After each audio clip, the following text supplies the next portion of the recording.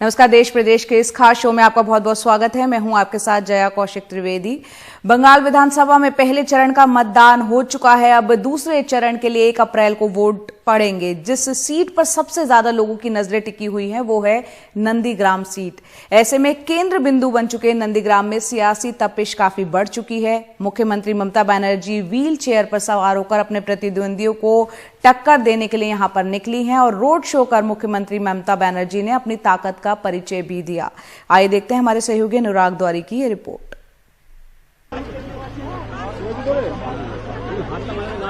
नंदीग्राम की सड़कों पर व्हील चेयर पर बैठकर अपने मतदाताओं का अभिवादन करती मुख्यमंत्री ममता बनर्जी।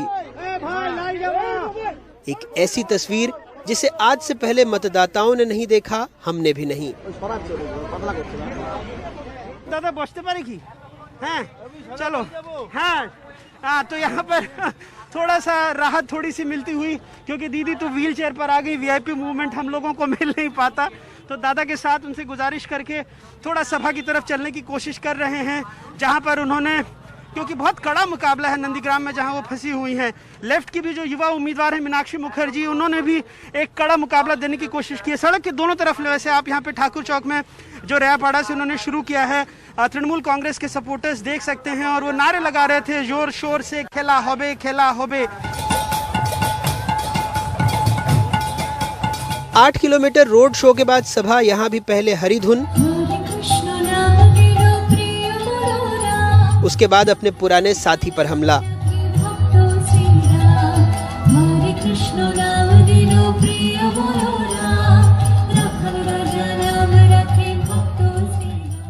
নন্দীগ্রামে পুলিশ সেদিনকে ঢুকতো না তোমার পারমিশন ছাড়া।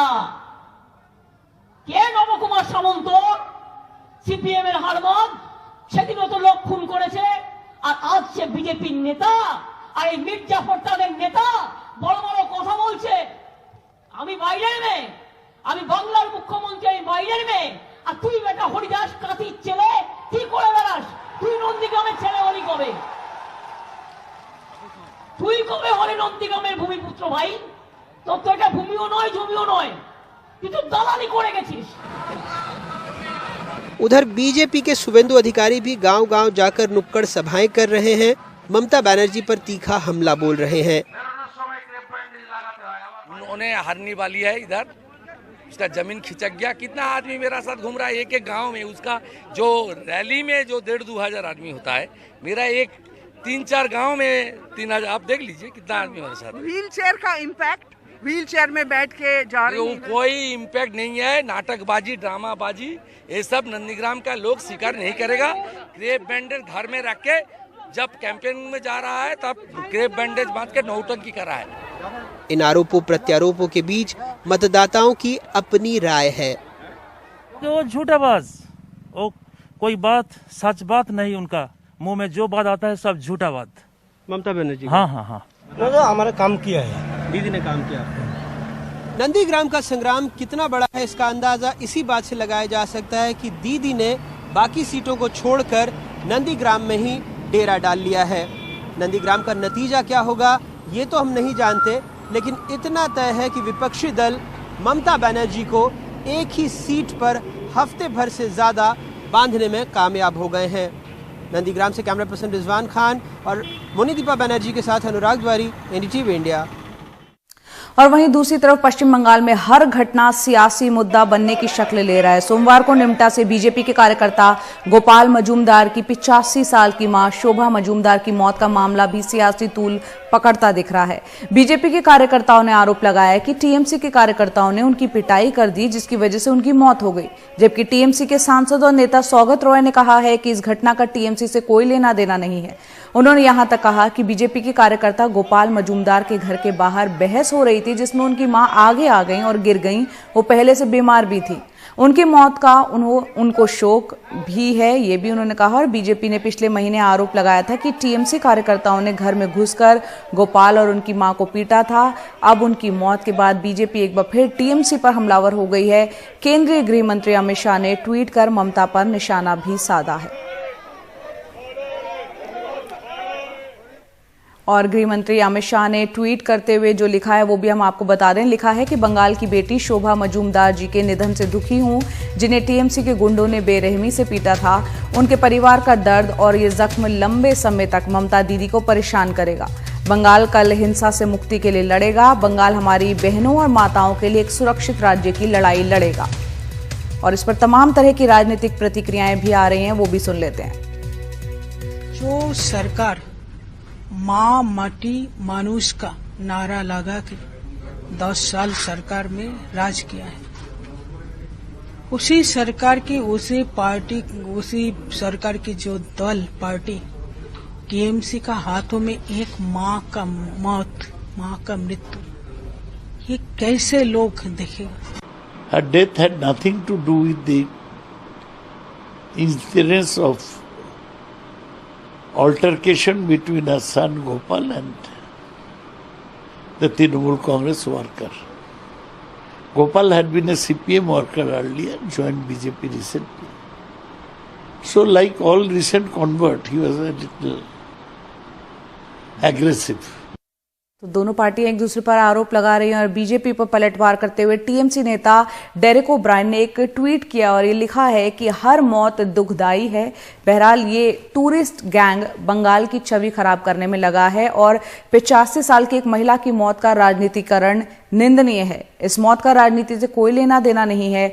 बीजेपी नेता महिला सुरक्षा पर ध्यान दे रहे हैं, उनका अपना ट्रैक रिकॉर्ड क्या है। और अब बात करते हैं असम की, जहां चुनावी रंग देखने को लगातार मिल रहा है और ऐसे में नेताओं ने होली को लोगों के बीच पहुंचने का एक जरिया भी बनाया। कांग्रेस और बीजेपी दोनों इसमें पीछे नहीं रही और कह रही हैं कि इसे सियासत से जोड़कर ना देखें। असम में 1 अप्रैल को 39 सीटों पर वोट डाले जाने हैं। होली के खुशनुमा रंगों के बीच असम के मुख्यमंत्री सर्बानंद सोनोवाल नॉर्थ ईस्ट के सबसे बड़े थोक मार्केट गुवाहाटी के फैंसी बाजार पहुंचे, जहां वो होली के कार्यक्रम में शरीक भी हुए। आप हमेशा खुश रहे, सुस्वस्थ रहे, मिलजुल के रहे। आप सब मिलकर होली खेलना चाहते हैं और एक दूसरे से मिलकर, एक दूसरे के साथ मिलकर सद्भावना से होली खेलना चाहते हैं और सबको होली की शुभकामनाएं। लेकिन होली और सियासत में कोई कनेक्शन है या नहीं, जबकि 3 दिनों में दूसरे चरण का चुनाव होना है। इस दौर में 39 सीटों पर वोटिंग होगी। ये सीटें सेंट्रल असम और हिंदू हार्टलैंड माने जाने वाली बराक वैली में हैं। इस लिहाज से लोगों से जुड़ने के लिए होली से बेहतर और क्या होगा। लेकिन इस बार कांग्रेस के नेतृत्व वाला महाजोत चुनौती पेश कर रहा है। जो बराक वैली क्षेत्र है, जहाँ पे कि Bengali dominated Barak valley region है, जहाँ पे कि हिंदू और मुस्लिम की जो पॉपुलेशन है वो करीब इक्वल है, उस इलाके में चुनाव होने वाले हैं। और इसके साथ जो दूसरा क्षेत्र है वो है सेंट्रल असम में। पिछली बार बीजेपी ने इन जगहों पे अच्छी परफॉर्मेंस की थी, मगर इस बार जो कांग्रेस और AIUDF का जो अलायंस हुआ है, इसके चलते जो महाजोट है उसको भी कुछ सीट मिलने की उम्मीद है। हम मंदिर आए हैं, हमने असम के भविष्य के लिए प्रार्थना की है। ईश्वर असम के लोगों को अच्छी सेहत और समृद्धि दे। इसके अलावा 5 गारंटी के लिए तो हम प्रतिबद्ध हैं ही। 5 गारंटीज। सिलचर में तो बीजेपी ने होली के बहाने शक्ति प्रदर्शन ही कर डाला। असम दूसरे दौर की वोटिंग के लिए तैयार है और हर पार्टी पूरा दमखम लगा रही है। गुवाहाटी से मनीष कुमार के साथ सिलचर से रत्नदीप चौधरी, NDTV इंडिया के लिए।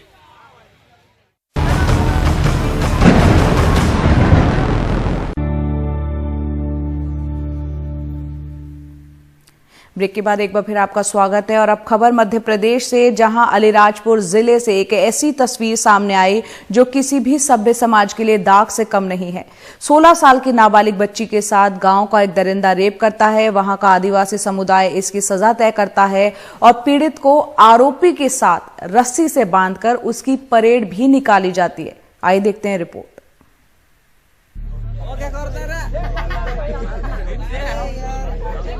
बलात्कार के बाद 16 साल की पीड़िता की पिटाई करके आरोपी के साथ सड़क पर उसे सरेआम घुमाया गया। ये घटना मध्य प्रदेश की राजधानी भोपाल से 400 किलोमीटर दूर आदिवासी बहुल अलीराजपुर जिले में हुई। वीडियो में आरोपी और पीड़ित दोनों को एक साथ रस्सी से बंधे देखा जा सकता है, जबकि उन्हें घेरे खड़े लोग भारत माता की जय के नारे लगा रहे हैं। पुलिस का दावा है कि पीड़िता के परिवार वाले भी लड़की को सजा देने वालों में शामिल थे। पीड़िता द्वारा है ना थाने पर जुबानी रिपोर्ट लेकर करवाई कि है ना उनको है ना उनके परिवार जनों ने मारपीट की है और उसके साथ है ना आरोपी द्वारा दुष्कर्म किया गया। पुलिस के मुताबिक आरोपी समेत 6 लोगों को हिरासत में ले लिया गया है। 16 साल की पीड़िता के परिवार वालों के खिलाफ भी मामला दर्ज किया गया है। अनुराग द्वारी की रिपोर्ट, NDTV इंडिया।